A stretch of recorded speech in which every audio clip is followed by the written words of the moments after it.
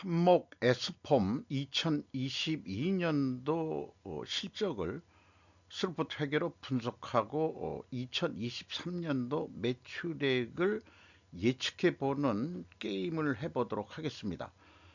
매출은 55% 증가했고요. 영업이익은 574.7%나 매우 큰 폭으로 증가했었습니다.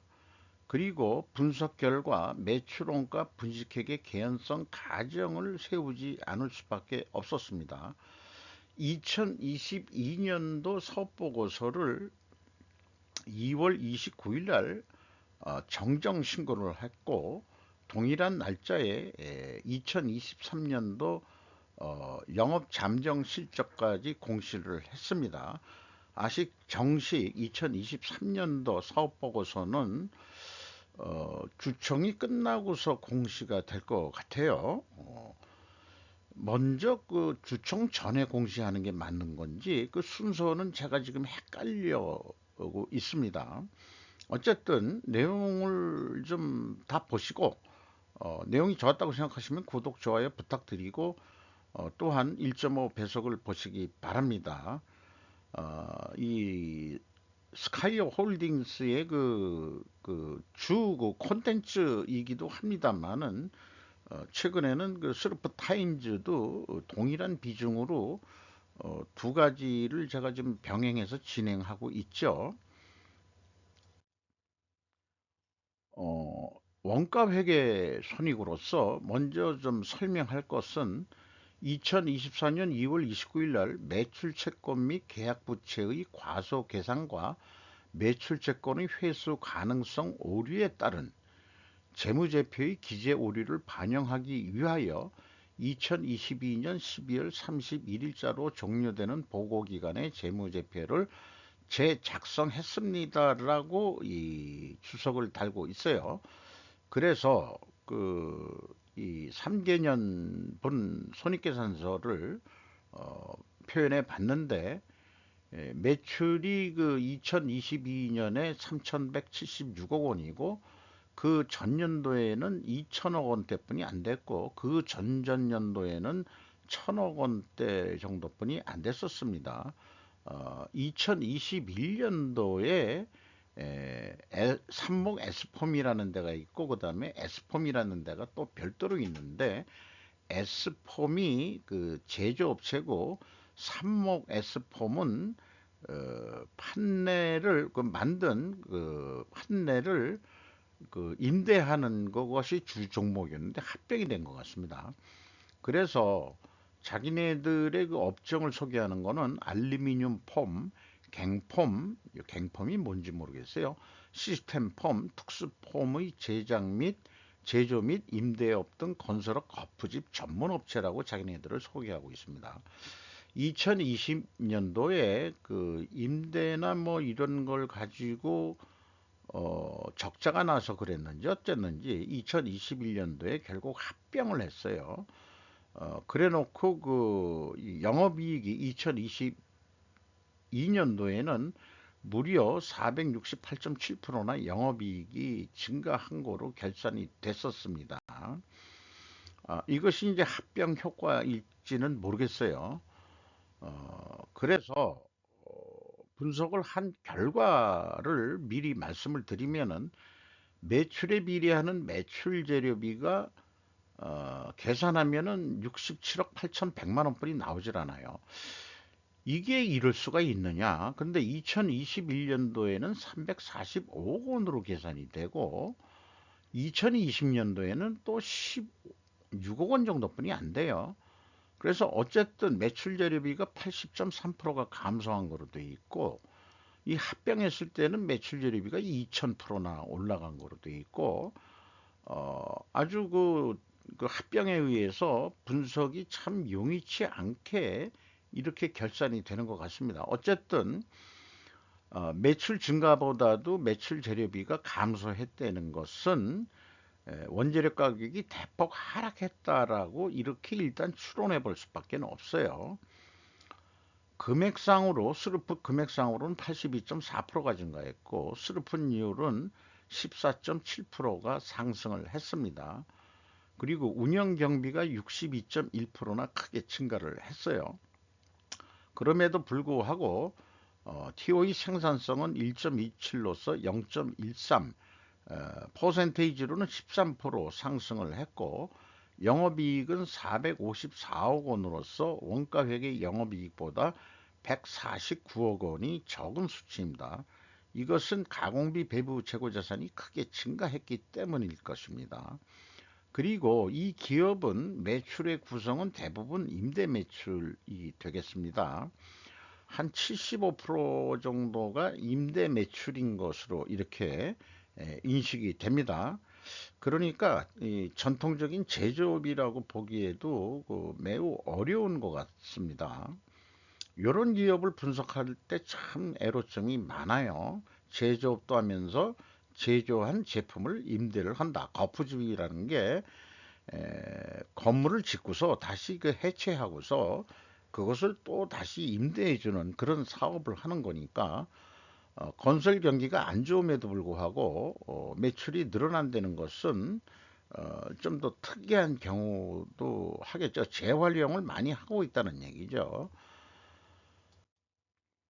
요거는 그 참고를 좀 해주시기 바랍니다. 그 스루프 회계를 기준으로 한 우리 경영 의사 결정을 어떻게 하느냐에 대한 어떤 메시지 이런 성격이 되겠어요.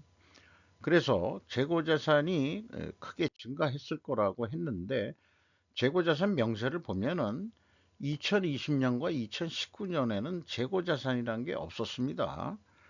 그래서 2020년까지는 S폼이 만든 것을 그 사가지고 그 유형자산으로 했던 것 같아요. 어, 그 판넬이라는 것을. 그런데 일단은 합병을 하면서 재고가 다시 생겼는데 2018년에는 일부 재고가 또 있긴 있었어요.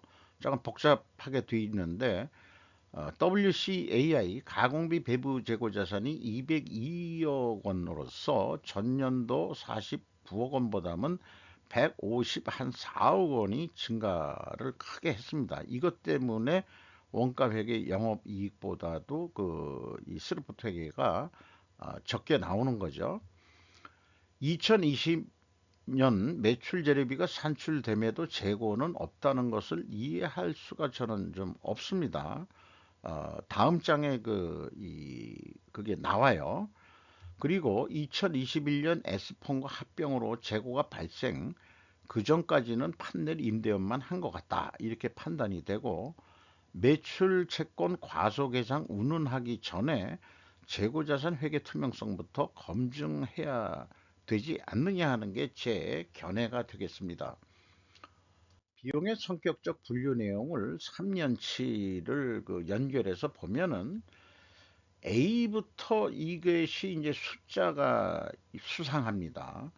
마이너스 2,481억 원인데 에, 이것을 이것은 이 실질적으로는 재고가 이만큼 증가했다는 얘기거든요. 그런데 그 매출원가 계산할 때는 에, 그 총재주 비용 산출이지만 아까 원가 계산서에서 손익계산에서 보면은 에, 매출이익은 재고가 증가하면은 그 이익이 크게 증가하게 돼 있거든요. 그래서 이 표에서는 그 기말 재고가 빼게 돼 있죠. 그 기초 재고에서 총 제조 비용을 더하고 기초 재고에서 총 제조 비용을 더하고 기말 재고를 빼게 되어 있습니다. 기말 재고가 늘어났죠. 그런데 그렇다 하더라도 이 금액이 어디서 나오는 건지 추적하기가 매우 어렵습니다. 원재료 매입액이라고 표현되어 있으면은 이 재고자산의 변동 범위 기준은 전체 재고자산이 되겠습니다. 그래서 이 두 가지를 합치면은 MC 매출원가 재료비는 마이너스가 나와버려요. 81억 원으로 그 다음에 전년도에는 306억 원이나 되고 합병했을 때가 이렇게 됐는데 이게 어떻게 되는 건지 이게 잘 모르겠다 이게요. 2020년도는 16억 원대의 그 원재료 매입액이 여기 있는데, 자, 이게 참 요상한 기업입니다. 제가 봐서 이 수치들로 봐서는. 그리고 이 합병으로 인해 가지고 그 운영 경비가 1275억 원에서 1636억 원으로 증가했다가 2022년도에는 2600억 원대로 1000억 원이나 크게 높게 뛰었어요. 어, 그리고 이 그 운영 경비에서 판매 관리를 뺀 게 가공비가 나오게 되죠. 가공비도 60.8%나 금액상으로 크게 증가를 했습니다. 이것도 이런 수치가 나올 수 있느냐? 직원이 얼마나 늘었는지는 몰라도 어쨌든 총 제조 비용에 대해서 그 17.5%나 그 이 가공비가 그 상승했다는 것은 일반적으로 제조업에서는 이렇게 가공비가 크게 변동될 일이 없어요. 뭐 변동이 있다면은 2, 3% 내지 5% 맥시멈 뭐 좋습니다. 그 한 자리 수까지는 이해를 하겠는데 두 자리 수까지 왜 제조 공정이 크게 변동이 없는 한 그렇게 가공 비율이 그렇게 변할 리는 없습니다. 그러니까 여기에 그 이 MC 비율도 그렇고 재료비 비율도 그렇고 그렇습니다. 요것이 좀 뭐 2022년과 2021년도에 합병을 했을 때를 기준으로 본다고 헌되면은 이해를 좀 해보려 그래도 이렇게 재료 비율이 차이가 있을 수 있냐? 이런 수치들이 결국은 에, 이 A 재고 자산의 변동 금액이 어떻게 해서 나오는 건지 추적할 수 없는 게 이게 문제가 되겠어요. 그래서 그 IMF라고 제가 그 요구를 하는데 재고 관리 흐름도 이렇게 그 흐름으로 얘기를 해줘야 된다. 지금 현재는 기초재하고 기말재고 그다음에 이제 평가 손실이 있으면 평가 손실만 하는 식으로 공시를 하고 있는데 원재료라고 가정을 할 경우에 원재료 계정 과목이 있다면은 기초재고 얼마 있었는데 원재료 매입 얼마 했고 생산에 투입된 원재료가 또 얼마고 또 평가 손실액이 있다면 얼마 있고 타개정 대체된 게 얼마 있고 이렇게 되는 거죠. 이 기업의 경우에는 제품을 했다가 그 다음에 이제 그 임대 쪽으로 넘어가면은 이것을 유형자산으로 대체하고 있는 것 같습니다. 이런 것도 한눈에 보는 식으로 얘기를 해줘야지 지금 같은 방식으로 공시해 가지고는 자꾸 의심만 들어가게 만들고 있어요. 그리고 이런 양식에 의해서는 제가 그 이 조직을 나와 가지고 용역 사업을 한 2년 정도 할 때 내부 회계 관리 제도를 용역을 수행해 봤기 때문에 이 분야에 대해서는 제 나름대로 저는 전문성이 있다고 저는 스스로 그 소개를 하고 싶습니다. 근데 왜 이런 착상을 했었냐 그러면 유형자산은 아래와 같이 흐름으로 공시를 하고 있거든요. 유형자산 변동 내역이라고 해서 유형자산 전년 말에 넘어온 그 기초재고가 얼마 있었는데 취득 얼마 했고 그 다음에 처분은 얼마 했고 대체가 된 게 얼마 있고 감가상각비가 있어서 기말재고가 얼마다 이런 얘기가 되는 거거든요. 이 대체라는 게 이 기업의 어떤 핵심 이 투명성을 추적하는데 중요한 얘기가 된 것 같아요. 그래서 여기에 보면은 재고자산 대체로 돼 있는 게 임대 판넬이거든요. 요게 793억 원하고 그 다음에 가설제도 있는 모양입니다. 26억 원. 그러면은 이게 그 810 몇억 원이 되겠죠? 건설 중인 자산은 빼고 이렇게 되네요.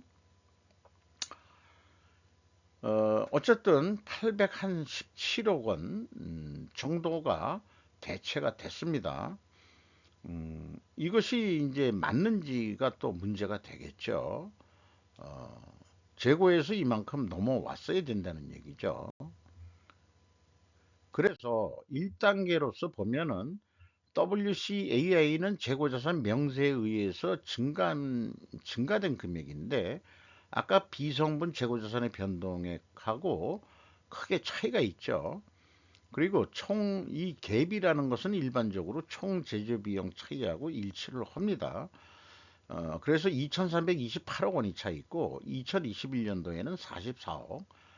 그래서 아까 그 재고자산의 변동 범위를 이 기업은 전체 재고자산이라고 하기 때문에 BWCI의 증감액 2021년도가 그 44억이거든요. 그러면은 일치를 해요. 그러면은 2021년도하고 2020년도에는 제로로 갭이 제로라면은 투명했었다는 얘기인데 2022년도에 와서 2,331억 원이나 어떻게 이렇게 뜬금없는 그런 금액의 차이가 나올 수 있느냐. 이것을 전혀 그 가늠하기가 좀 어렵습니다. 그래서 아까 유형자산 대체가 있잖아요. 요거는 이제 그 현금 흐름표에서 표시된 거 금액을 가져온 건데 여기 일치하기 때문에 이거를 빼준다고 하면은 한 1,500억 차이가 있는 거 아니냐? 그러면은 작년도도 문제가 있죠. 재고자산 증감에 대해서는 맞는데 그러면은 유형자산 대체 금액은 어떻게 된 거냐? 이게 또 문제가 돼요. 그래서 2022년 이 비성분 재고자산의 변동의 산출 근거를 전혀 추적할 방법이 보이질 않습니다. 그리고 제가 만들어낸 2단계로 비교 검증하는 방법이 있는데 여기서도 P는 그 회사의 그 비성분 데이터를 가지고 그 산출해 내는 방식이고요. Q는 매출원가가 공시된 거니까 재고자산 명세의 기말에서 기초를 빼가지고 그걸 더하면은 총 제조 비용이 나옵니다. 이게 2,328억 원이죠. 여기에서 이제 그 아까 이 저거를 빼면은 그 BWCI 하면은 2021년도 거는 일치를 했었죠. 그런데 잠깐 대체계를 빼주더라도 여전히 이렇게 이제 차이가 난다 이거예요. 그리고 3단계는 현금 흐름표 기준으로 전체 재고의 증감을 맞춰보는 건데 현금 흐름식으로 읽어보면은 현금이 969억 원이 나갔으면은 재고가 969억 원이 생겨야 되는데 150억 원뿐이 증가를 안 했단 말이죠. 그러면은 819억 원의 현금이 어디로 증발됐느냐고 질문을 했을 때 유형자산 대체 및 또 합병도 있어요. 이게 일치를 합니다. 그러니까 회계법인들은 저와 같이 지금 3단계만 하는 아니 3단계만 하고 1단계, 2단계는 비교를 해야 된다는 어떤 의무감이나 또는 그런 책상을 지금 못 내고 있는 거 아니냐 하는 의심이 들어갑니다.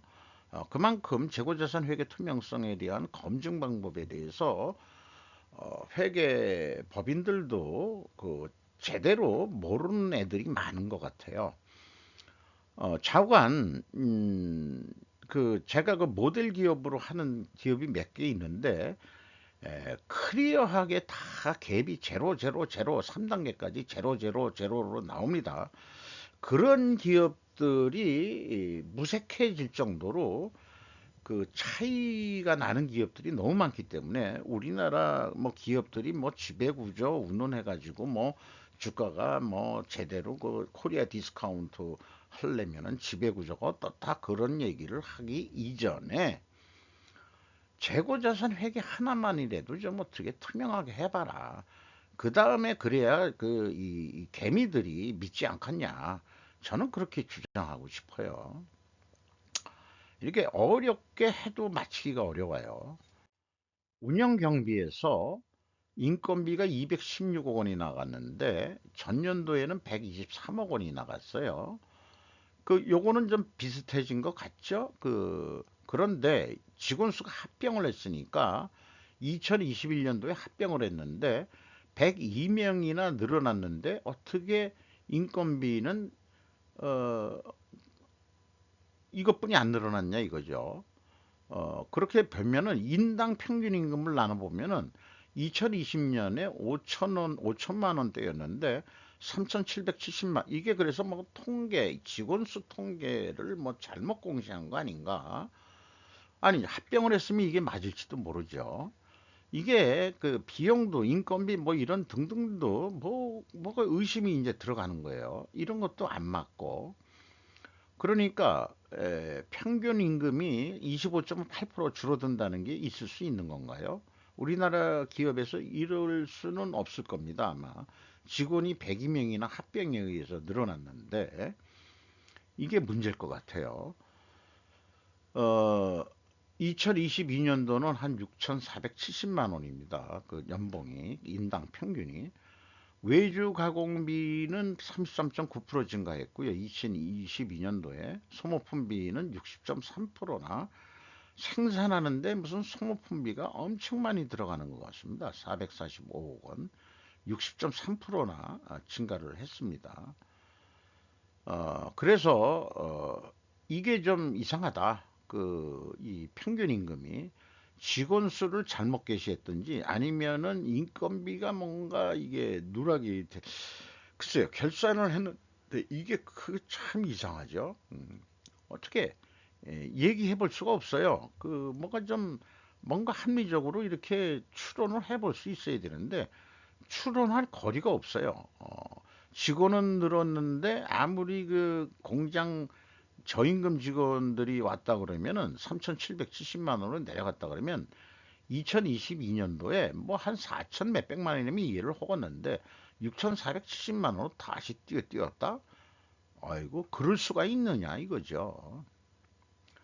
경영평가지표로서 재고 회전율은 2021년도에 34회전했다가 10.4회전으로 크게 이런 급격한 변화 이런 거에는 뭐가 문제가 있다고 봐야 됩니다. 그리고 슬픈율도 14.71% 엄청 많이 뛴 거죠. 그 전년도에는 15.47%나 떨어졌었고 이때 적자였었나? 아니죠. 2020년도가 적자였죠. 그 생산성의 변화, 생산성은 계속 올라가는 거로 돼 있고, 어, 뭐 ROI 재고를 투자로 봤을 때 이것도 뭐 상승한 거는 뭐 나오긴 나오네요. 근데 또 중요한 것은 매출 채권 수금 속도인데 3.6회전, 매입 채무 요거는 일반 이 자재 때 플러스 그다음에 미지급금까지 포함한 겁니다. 똑같이 3.6회전으로 나옵니다. 자기네들이 수금하는 속도만큼 협력업체한테 돈을 그대로 주고 있다. 이렇게 볼 수 있어요. 2020년도에도 똑같이 일치를 하고 2021년도만 약간 늦게 지급한 거로 돼 있고 대금 지급은 빠른 회사다. 이자 부채가 없어요. 어, 그만큼 돈은 튼튼한 회사다.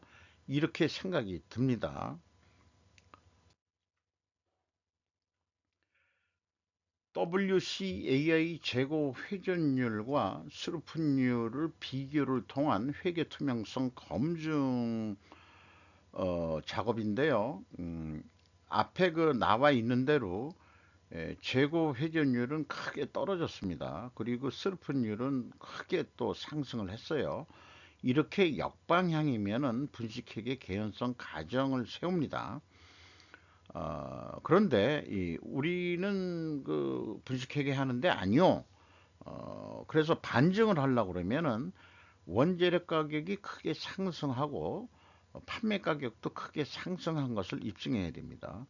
또한 그 재고 회전율도 수량으로 산출해서 재고 회전율이 크게 떨어졌다는 것을 또 추가로 필연적으로 존재할 다른 결과로도 이런 것을 보여줄 수 있어야 됩니다. 이렇게 그 전제 조건을 말씀을 드리고 하지만은 뒷면에서 얘기 나오지만은 알루미늄이 그 주요 원재료로만 그 회사는 제시했는데 원재료 가격이 상승한 게 아니고 크게 내려갔어요. 그래서 반증 출원도 50%만 성공할 따름이라고 미리 말씀을 드리고 다음으로 넘어가도록 하겠습니다. 원재료 및 제품 가격 추이가 있는데, 아까 그 재고 회전율이 그 떨어졌으면은 원재료 가격이 상승했고 판매 가격은 스루풋은 올랐으니까 판매 가격도 상승했을 것이라 보는데, 원재료는 알루미늄 인고트만 제시를 했는데 매입 비중은 한 80% 돼요. 근데 알루미늄 가격이 2022년도에는 크게 내려갔던 것 같습니다.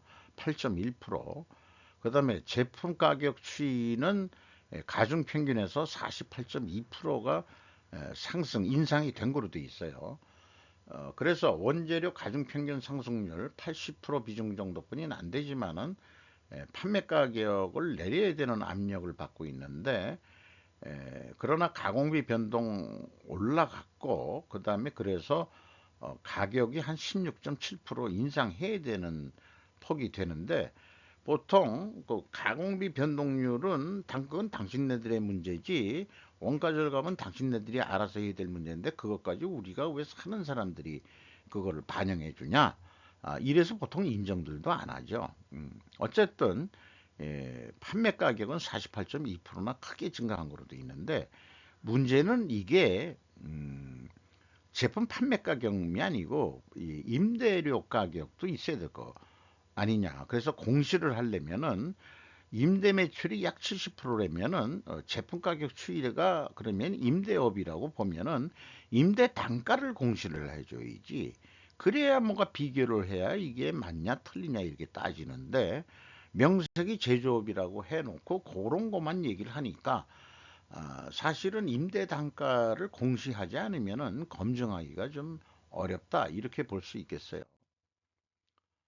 그 다음에 그 원가 회계에 의한 거로는 뭐 머리를 그 쥐어 짜봐 가지고 좀 해봤는데, 앞 단계에 뭐 있습니다만은 한 실적, 뭐 실적은 이 예상했던 건데 이거만큼 안 됐죠. 예상은 어쨌든 그 제한 가격은 어 그 사업 계획 제한하는 게 한 6,600억 한다고 한다면은 이게 현실성이 없는 그 것 같아요. 그게 합병을 하면서 재고 임대 뭐 이런 거기 때문에 100%그 제조업이 아니라서 요것은 그 신뢰할 만한 데이터는 사실 아니다. 단지 주장하고 싶은 것은 재고가 25% 증가한다면은 800억 정도 남는데, 마이너스 재고를 줄인다면은 영업이익이 준다. 그러니까 원가 회계는 재고 증감에 따라서 영업이익도 그 크게 영향을 받는다. 이것을 얘기하는 거고요. 재고를 줄이면 원가 회계는 영업이익이 준다는 것을 얘기하는 거고, 그래서 여기 제가 글로 표현한 대로 잊어버리지 않으려고 쓴 건데, 재고의 증감에 의한 영업이익 증감은 영향력이 25% 수준일 것이다. 왜냐? 임대 매출액이 한 75% 정도 되니까. 그래서 합리적으로 사업계획 알고리즘을 적용하기 어렵다. 이렇게 말씀드릴 수 있을 것 같습니다. 그러나 스루풋 회계에는 연간 실적이 나와 있죠. 이거에 의해서 합리적으로 원가 회계보다도 해보면 한 4천억 정도 올해 할 것 같다. 이렇게 되는데 요게 재고 회전율이 그 한 11점 몇 회전 10점 몇 회전 나왔거든요. 요걸 한 달에 한 번 정도 12회전까지 올해 성공을 해보자. 2023년도에. 그러면은 매출액이 한 4,634억 원 정도 이루어지면은 매출이 아까 뭐 700억 이런 데서 1,356억으로 팍 크게 높게 뛸 거다 이렇게 얘기가 됩니다.